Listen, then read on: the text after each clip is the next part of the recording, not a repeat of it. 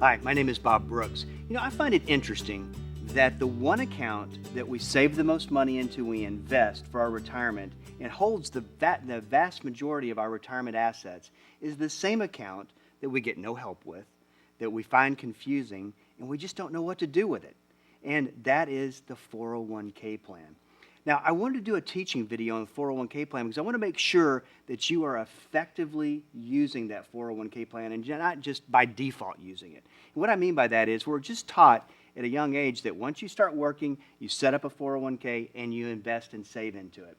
And that's what we kind of do, almost like robots. We go out, we set up a 401k, and we don't effectively use it. And I got to tell you, there are some 401k plans that are not even worth investing into and not even worth wasting your time with. In fact, I've had experiences with clients where I've told them, hey, I wouldn't waste my time in this 401k plan. I would do it outside and do it in IRAs and other types of accounts to make sure you're getting the most effective use of your money.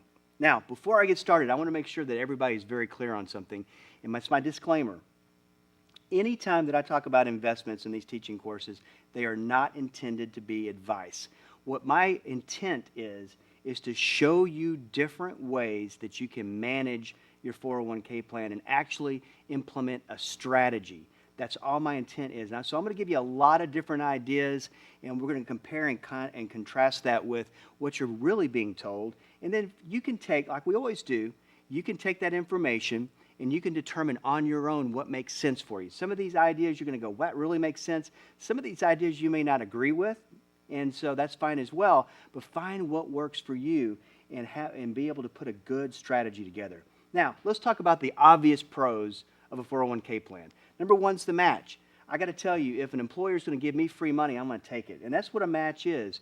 They're going to give you, for every dollar that you invest, they might match that with another dollar. Don't turn away free money.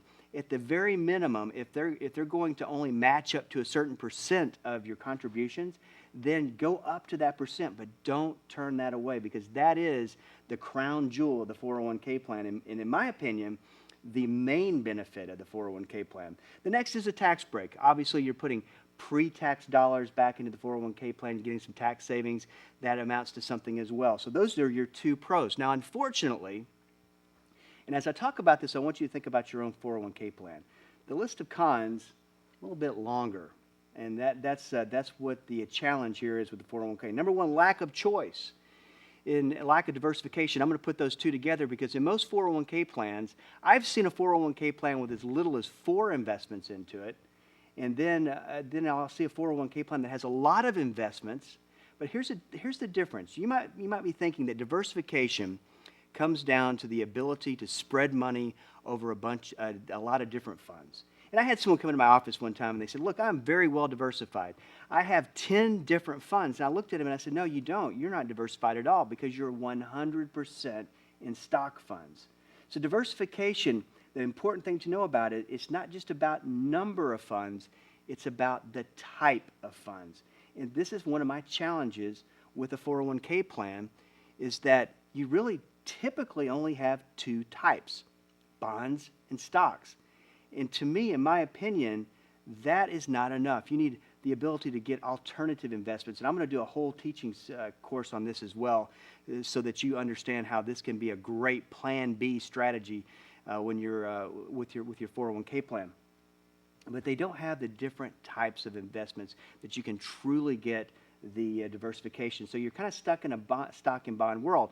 Now, having said that, stocks and bonds are supposed to move in opposite directions, but you've got to know that is not. If you look back in history, there have been a handful of times where they've both gone down in value at the same time. This happened just recently in 2008. So that diversification, you need a little bit more, but I'm going to show you ways around that. But that is, to me, a downside to it. No help. How many times have you gone into a new company, say a new company, and they give you a packet and they say, we need you to enroll in this 401k plan. I need you to do it by tomorrow, or you have 2 weeks to figure it out. I know this to be a fact because I get a lot of requests to take a look at 401k plans for clients and put allocations together for them, because they don't know what to do. So this is a problem, I think, on a corporate level, that companies are not helping their employees with the biggest asset that they're going to have, which is the 401k plan. And then lack of strategy. Like I said, you're a little bit limited. Fortunately, we're going to talk about strategies, but you're a little limited as to what you can do strategy-wise. And keep this in mind. This is also a theme throughout investing courses that you'll hear, is that there's two parts to the overall formula of growing money, and that is there's investing, there's putting the money in the account, and then there's strategy. We're going to talk a lot about that. Now, formula for long-term success with investing, that was a good preview into this, is that I look at a plan A and a plan B approach. Now, for most people, they're taught plan A. You invest, you keep that money invested for the long term, and that's what you do. So that's plan A. But here's the problem, is that we don't live in a plan A world. Plan A doesn't always work, and it doesn't work always in life. I mean, you're going along doing things, and life hits you with change, and you have to go to plan B. Same thing, there's no difference in investing. And when you get into a plan B environment, that means the risk level has increased. And so you want to have some kind of strategy, some kind of an idea. This is what I'm going to do if that risk level starts to increase. So to me, long term, and we'll talk a little bit more about this later on in this teaching course, to be successful, you've got to have a plan A and a plan B strategy to ultimately get success. Now, simple strategies for 401k plan investing. Accelerate and break. There is a risk and reward ratio that goes along with investing. It's and it's funny to me because it's rarely talked about. But it's important to understand. There's going to be times where you can look at the stock market and say, you know what, the risk level is low, but the potential for reward is really high. So it's a good time to be investing in the market because you're not taking as much risk.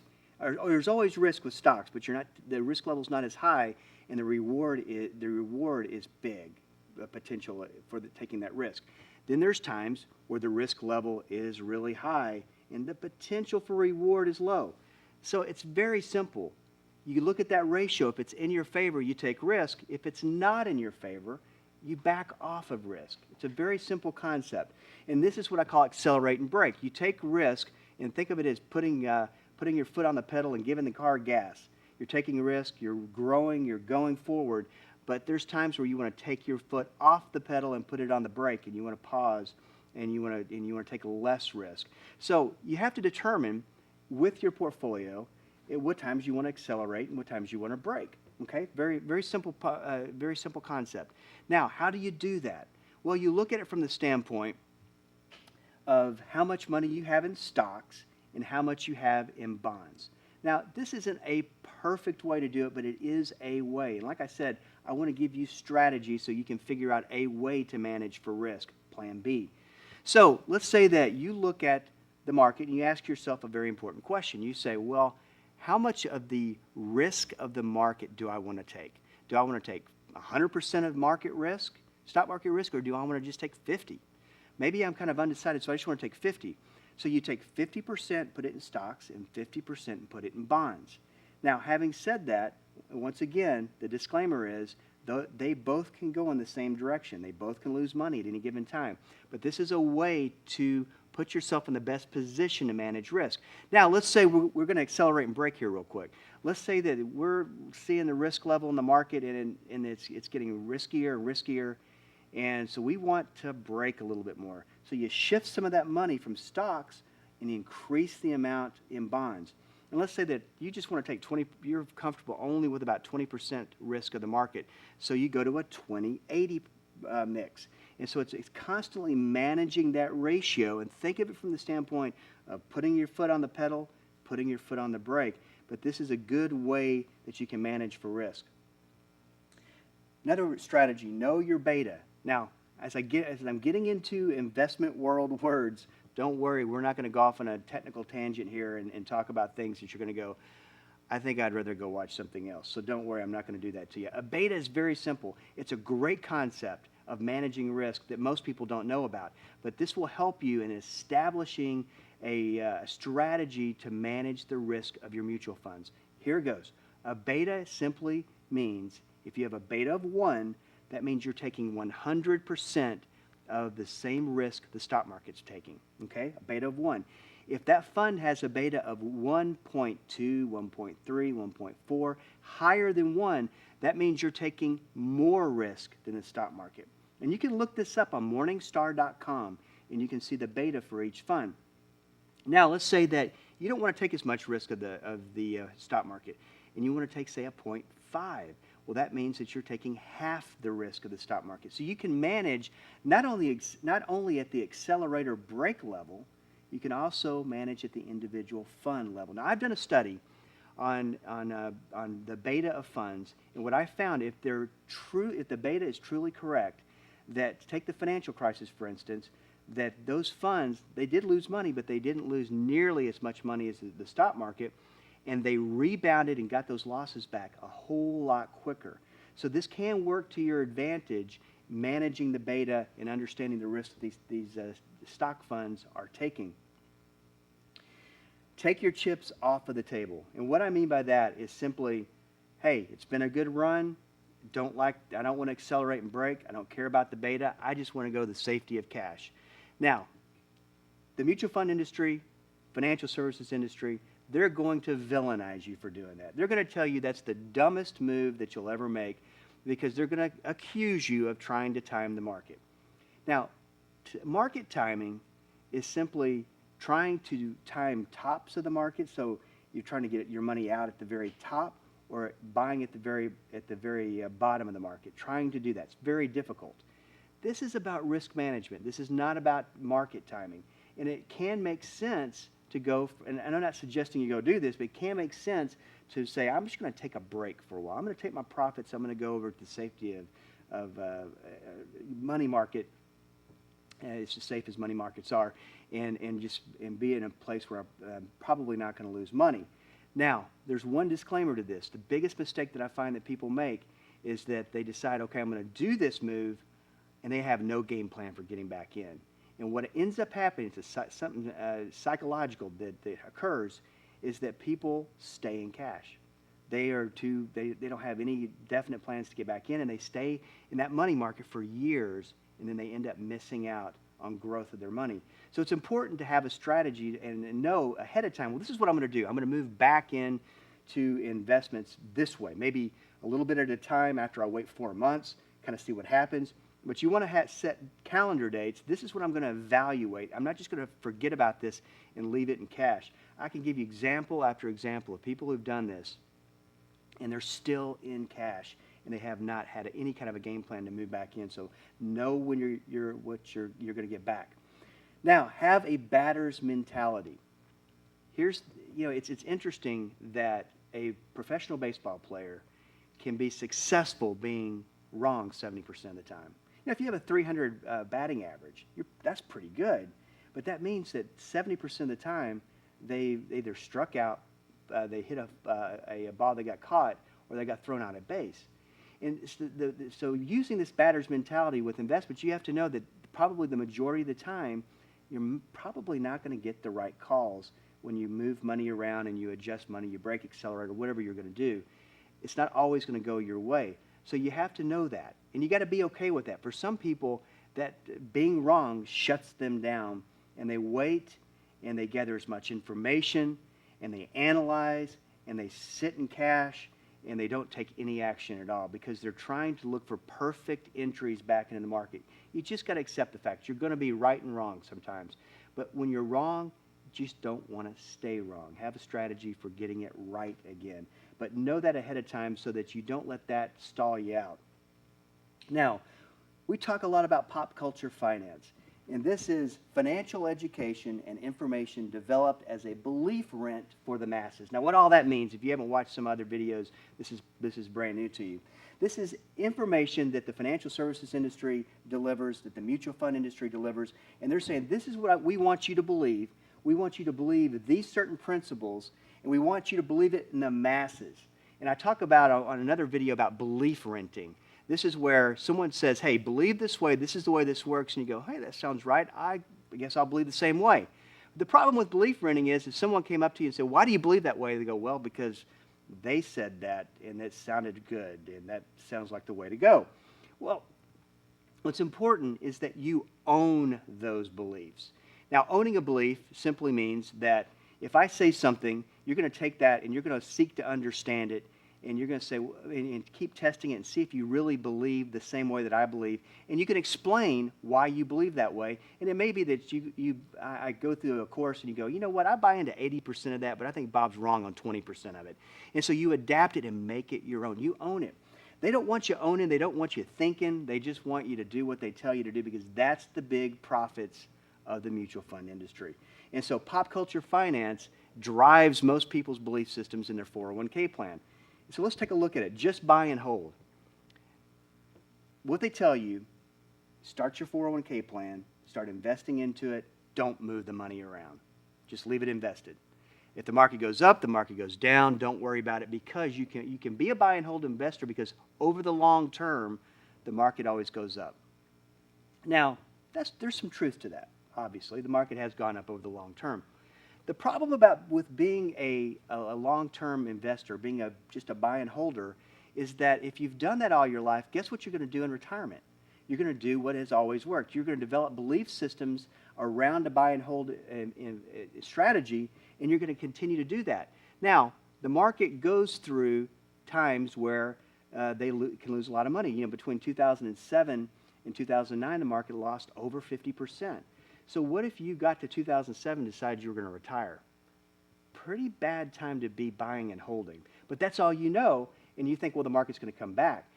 I know people that back in 2000, when the technology bubble burst, that there was people who retired with great sums of money, and they lost like 45-50% of their money because they bought and held throughout the entire downturn. They had to go back to work. So it's developing that mentality of that, and I would just call the buy and hold plan A. But remember, we don't live in a plan A world. We live in a plan A and a plan B world. Just look the other way. John Bogle is the founder of Vanguard Investment Mutual Fund Company. Very old mutual fund company, very successful. And I've got crazy amounts of respect for John Bogle. Don't agree with everything he says, but I've actually had the opportunity to interview him a couple times in the program. Guy's a legend of Wall Street. He was on CNBC because he's a big buy and hold guy, and he's a big index fund guy, and so he would be on CNBC during the bear market financial crisis, and he would actually say and tell viewers, just don't look at the statements. Look the other way. You're in it for the long term. I just don't agree with that. I think that you want to know the risk you're taking. You want to know if you're losing money. You want to know if you need to be taking action. But the mutual fund industry wants you to look the other way, and it makes sense. Think about it for a second. If you decide to make a change, they may lose out on fee money. So a lot of these are designed, once again, don't think. But you know, we talk about, and it's a theme across all these courses. It's about decision making. It's about thinking. It's about intentional learning and getting an education so you can make decisions and guard yourself against pop culture finance. Then there's target date funds. I'm going to park here for a second and talk about this, because this is a big pop culture finance thing now.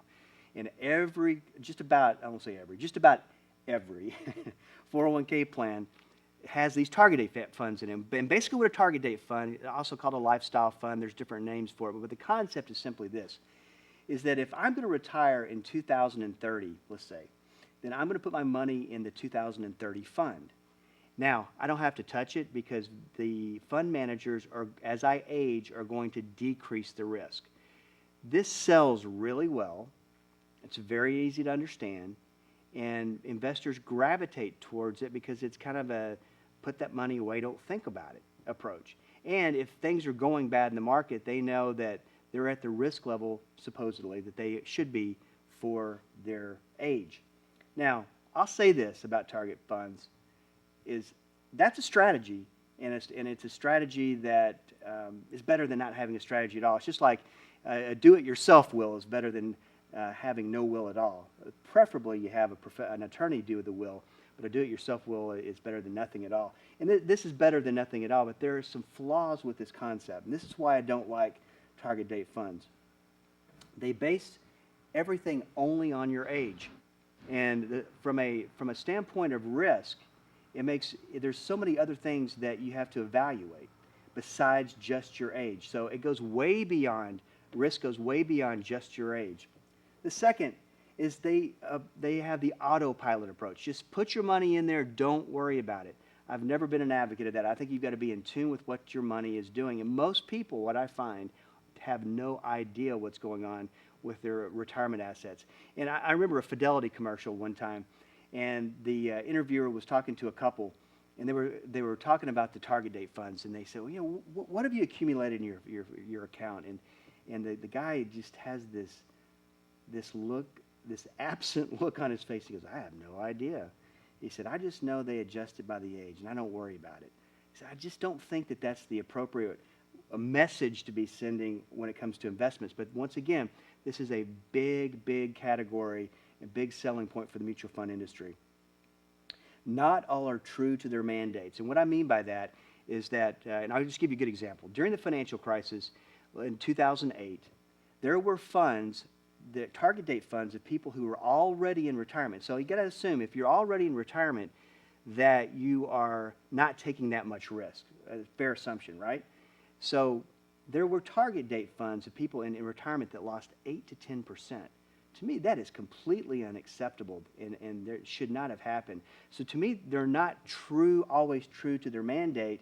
And I actually saw an article that was ranking the top 5, I think it was moderate funds, and I saw a target date fund in there. And I thought to myself, the only way that target date could be in there, because target date funds are supposed to be vanilla investing. I mean, we're not talking big investment strategies here, taking a lot of risk in a moderate type anyway. And I thought to myself, they must be taking a lot more risk than advertised if they're actually in the top 5.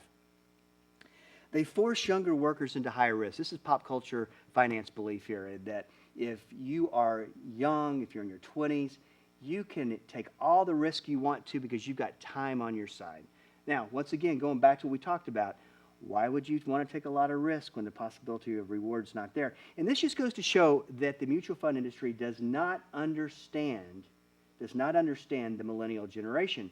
Survey after survey shows the millennial generation to be very conservatively based and very risk averse. Yet, target date funds are going to take maximum amounts of risk at a younger age. And that's just one of those things where someone may be getting into a target date fund and it may be a mismatch for their risk level. Now, having said all of that, we're talking about moving money around in a 401k plan. And I'll tell you, 401k providers, mutual fund companies, they don't like it.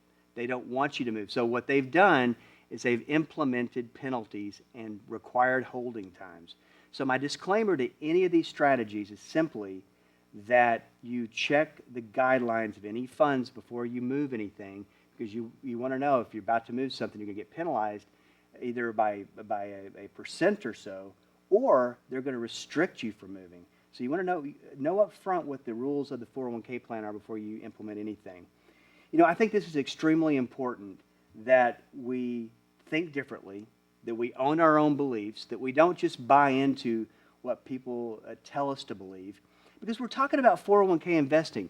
We're talking about taking hard-earned money and socking it away and investing it and adding a strategy to it. So it's important that you develop some kind of strategy on some kind of level so you can have a plan A and a plan B. Because remember, and we'll stress this throughout a lot of teaching courses here, is that this is not just a plan A world, it's a plan A and a plan B world.